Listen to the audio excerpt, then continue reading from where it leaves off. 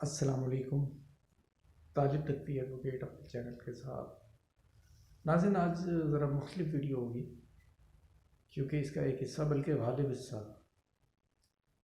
मज़दूरों वर्कर्स वगैरह के हवाले से महकमाना आप कह सकते हैं इसे, और इस हवाले से कुछ ख़बरें होंगी।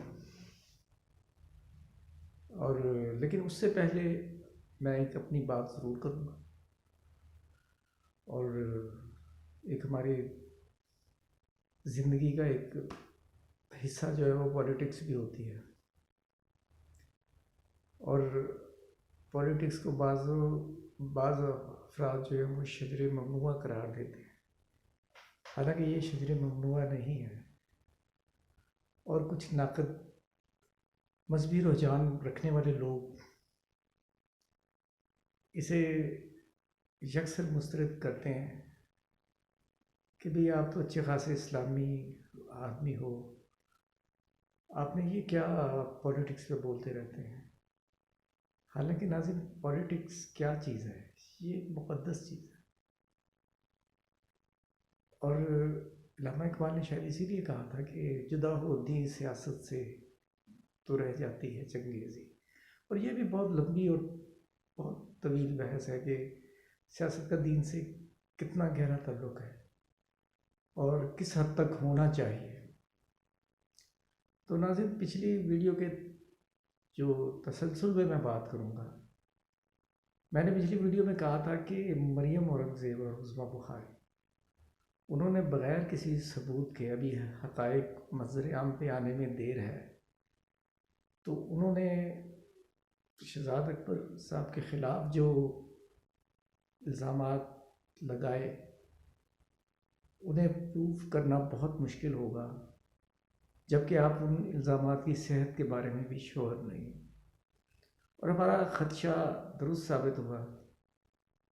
और जो लेटेस्ट आई है वीडियो हाशमी की तरफ से, उसमें कैटेगरी जो क्वेश्चन आंसर्स का सेशन चला, उसमें उन्होंने ये कहा कि एक वफ़द आया और उसमें शहज़ाद अकबर भी शामिल थे, और उसमें से एक शख्स ने कहा कि आप हमें इतने डॉलर दें, इतने अरब डॉलर, मुझे ज़बानी इसमें याद नहीं है कि कितनी रकम का तकाजा किया गया एक फ़र्द की तरफ से। और फिर इरफान हाशमी साहब ने पूछा कि क्या शहज़ाद अकबर ने ये मुतालबा किया, और उन्होंने यकसर इनकार किया। उन्होंने कहा नहीं। और इससे पहले भी वो ये इशारतन बता चुके हैं कि शहज़ाद अकबर गो वफ़द में शामिल थे, लेकिन उनका कोई मनफी रोल कोई नहीं। ये तो हो सकता है उनके बारे में वो शिकायत तो रखते हैं अपने प्रोफेशन के हिसाब से, शायद उन्हें वो केस नहीं मिल सका, शायद इस वजह से या कोई और, यानी कि एक गफलत की बात तो वो करते हैं कि उन्होंने जो ज़िम्मेदारी नहीं उठाई जो उन्हें उठानी चाहिए थी। और उन्होंने इरफान हाशमी से मुखातिब होकर मसावी साहब ने कहा कि ये जो काम आपने किया है ये हुकूमतों को करना चाहिए था। वो तो एक सवाल अपनी जगह है, लेकिन नाज़रीन, हमारे यहाँ जो एक इज़्ज़त उछालने का सिलसिला शुरू हो गया है, ये इंतहाई ख़तरनाक है। और इसमें अगर कोई शख्स समझ रहा है कि वो एक रीज़नेबल आदमी है, बाइज़्ज़त आदमी है, तो उसे चाहिए कि वो फ़ौरन उस गलत इल्ज़ाम का ताक़ुब करते हुए उसे नोटिस जारी करके कानून के मुताबिक हर्जाना हासिल करे। इस तरह ये गलत इल्ज़ाम लगाने वालों को उनकी हौसला शिकनी होगी। तो नाज़रीन, ये तो हो गए चंद अल्फाज कौमी सियासत के हवाले से जो अपनी जगह बहुत ज़रूरी थे। और इसके अलावा एक बोल्ड टीवी पे एक तवील इंटरव्यू चला है इमरान खान साहब का, लेकिन उन्होंने कोई नई बात नहीं की, कोई ख़ास इंकशाफ नहीं किया। और आज भी उनका जोर इसी बात पर रहा कि मैं NRO नहीं दूंगा। लेकिन इस NRO की कहानी में भी बार बार ऐसा क्यों कहते हैं?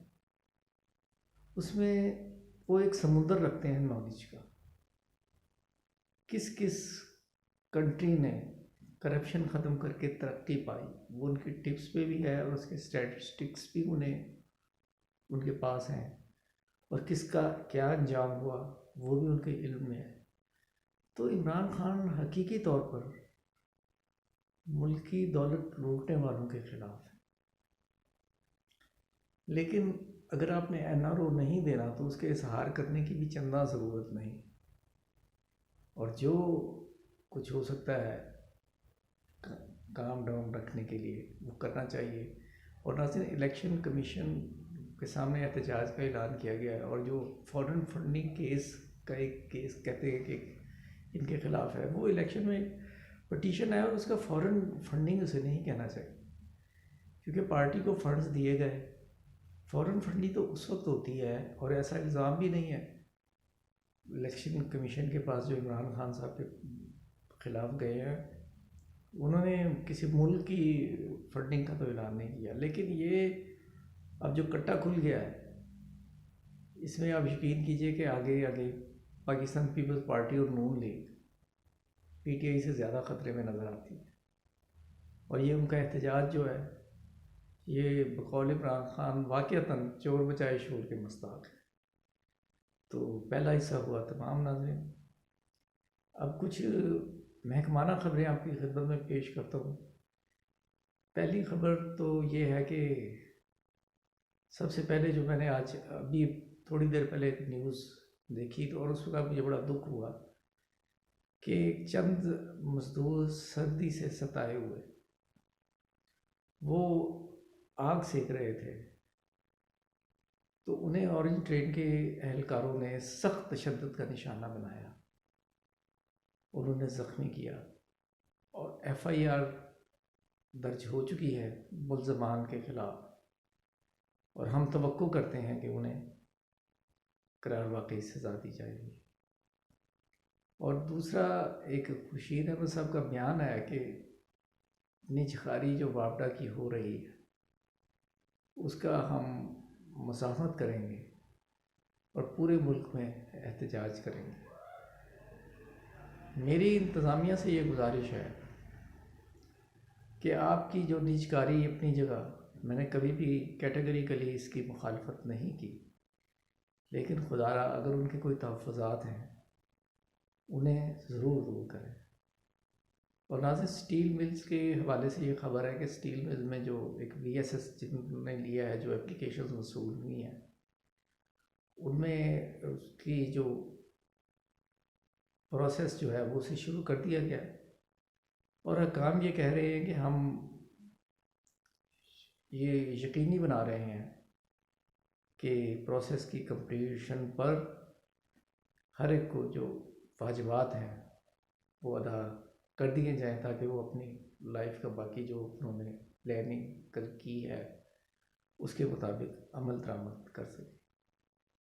और नाज़रीन, नाबीना अफराद ने एक मुजाहरा किया है कलमा चौक पर लाहौर गुज़श्ता रोज़, और उन्होंने अमली तौर पर वो बंद कर दी।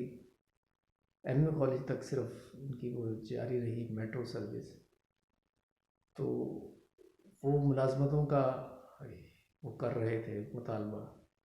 दरअसल जमहूरियत का एक नक्स ये भी है कि इजहार राय की आड़ में हम लोग बाज़ औक़ात दूसरों के लिए परेशानियां भी क्रिएट कर देते हैं। इस बात की हौसला शिफ्ट नहीं होनी चाहिए, और दूसरे मैनों में अगर मुमकिन हो तो उनकी अशोई होनी ज़रूरी है। इन्हें मुलाजमतों कोटे के मुताबिक अगर वैकेंसीज इस मद में खाली हैं तो उन्हें पुर किया जाना ज़रूरी है। इस हवाले से हम एक वीडियो भी कर चुके हैं कि इनके जो मज़दूरों का जो कोटा है उसे नुमायाँ करके इश्तिहार दिया जाए, क्योंकि अक्सर ऐसा होता है कि स्पेशल अफराद जो है वो इतनी गैर नुमायाँ ख़बर होती है।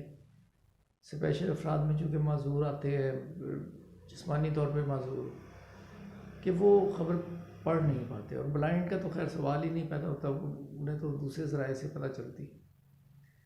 तो एक तो ये है। दूसरा, इन हालात में जबकि जगह जगह मुलाजमीन जो है वो अपने हकूक़ के लिए एहतजाज कर रहे हैं, कहीं लोग पेंशन के लिए एहतजाज कर रहे हैं, तो ये ख़बर हमने ये सुनी कि नए MD की तकर्री हुई है सुई नॉर्डर्न में, और उन्हें 65 लाख रुपए मुशाहरे पे रखा गया।